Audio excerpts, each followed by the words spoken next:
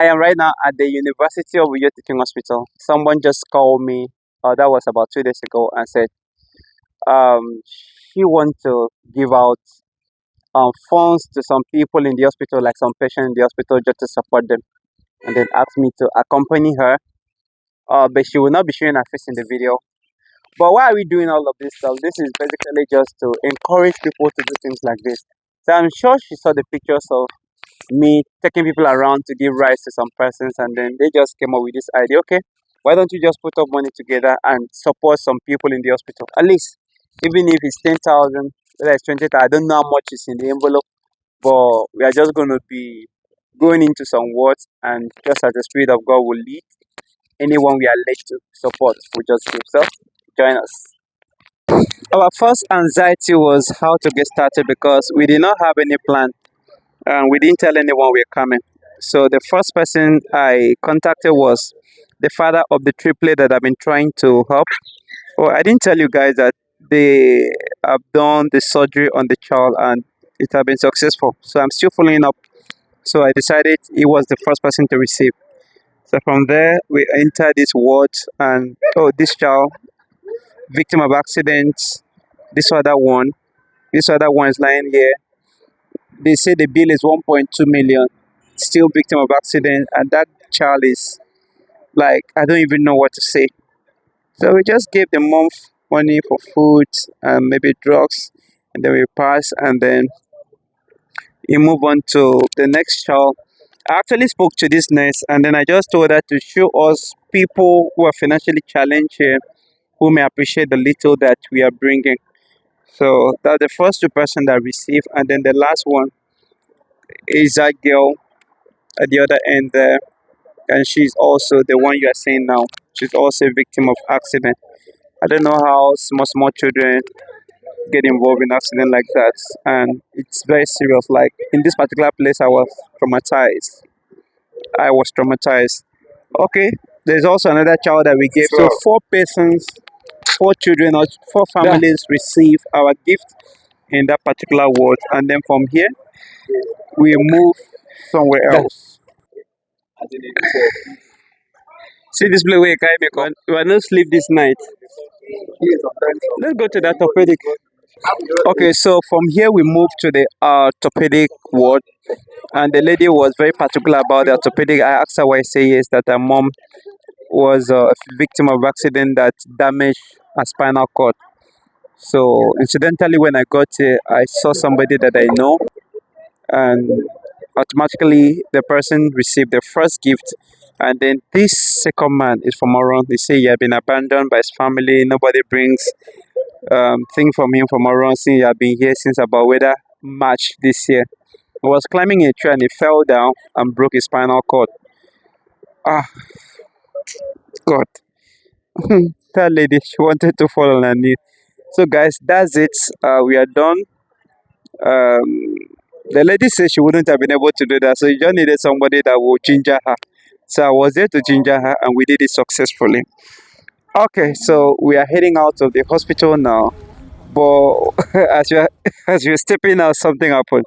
I made this my friend, and before you know, we started having a very serious conversation. I'm very serious traumatized. conversation. I'm seriously traumatized. You know, I've been coming to this place, but normally it's always delivery, like delivery artists, especially where when some of these women they give birth and then they're unable to clear their bills. But this guy carry me go where I don't know today. Where was that? Which department is that? Accident and emergency. Pediatrics. Pediatrics, that's gynecology now. No, Gynecology and like pediatrics. the children I ward, know. That's pediatrics, children medicine. and then So what happened there? the male orthopedic. Oh, man, orthopedic board. Somebody has a broken bone. Da. Spinal cord. That means one implication is that the person may not be able to walk again for the entirety of his existence on earth. That's just the implication. When once you have a spinal cord problem, because spinal cord is bulk or largely responsible for the control of nerves, all the nerves in your body. Your spinal cord is responsible for that. Everything goes through that spinal cord to your brain. And so when once you break the vertebrae, each bone that make up the spinal cord is called a vertebrae. So when once you break that vertebrae can damage nerves ending there. In fact, for epileptic patients, for people who are epileptic, what happens is there is a convolution of nerves. Nerves are convoluted, and when those nerves convolute, that is a twist, they come together, that leads to unconsciousness in epileptic patients. So when somebody has issues with spinal cord, it might the fallout of it or the side effect might also be a level of unconsciousness from time to time, intermittent unconsciousness for the patient. But the outright side of it is just that you may not be able to walk for the entirety of it. That good health is underrated. Yeah, it is underrated in many respects. But again, too, you also see that some of these things are man-made. They are not natural, and they are not also faults of the people who are victims. For instance, I recently saw a video online. One Reverend Father Oloma in Abuja, the guy likes speaking up, and he recently said, "Look, maybe it's a counter opinion to a video I did some time ago." And I said, Paul told the church in Galatians that the all foolish Galatians who has bewitched you. So the witches are not in the coffin or somewhere. The witches are on the pulpit. So, but then for Reverend Father Oloma replied me and said, "Look, young man, the witches are federal government. The witches are politicians. The witches are people who were given money to construct roads and they have not done it. And so since they have not constructed this road, what it now means is that you drive on this road and you go and get an accident and you break your spinal cord and your life is terminated. So that is where witchcraft is. And currently we're still seeing it. How can we live in a country where you can't afford premium motor spirits? Do you understand? And people have to cough out their entire livelihood to do that. That's a level of witchcraft. And they are bewitching you so that when you get to 2027, the implication is that you won't be able to afford a living and you will still collect peanuts and vote for them. Wait, So where is this conversation going to? no, but I'm just sharing my mind. Where is this conversation heading to, sir? You've not told me either. I just asked the question. Okay, pediatric medicine generally is about children. Do you understand? Pediatric medicine is children medicine. That's the first thing. Now there are many associated cases, including hemispherectomy, for instance, where conjoined children. You can't have conjoined adults without them having first being babies. Do you understand? It's at birth that you have people conjoined, and so they have to be separated through a medical procedure called hemispherectomy. Do you understand? But there are other associated problems like I think jaundice, for instance, is associated with children, and so people have to come up, or medical practitioners or medical experts have to come up with various solutions to it. Do you understand? And so if you go to those wards, you find children born with some conditions. Some of them born with hole in the heart, some of them hole in somewhere, or maybe malformed congenitals and stuff like that. So it's not a sight anybody wants to see. People are born with a whole lot of issues, and I'm quite sure you don't want to go back to that place and see things. So you just have to thank God that you were born right. Some of these things are gene mutation, and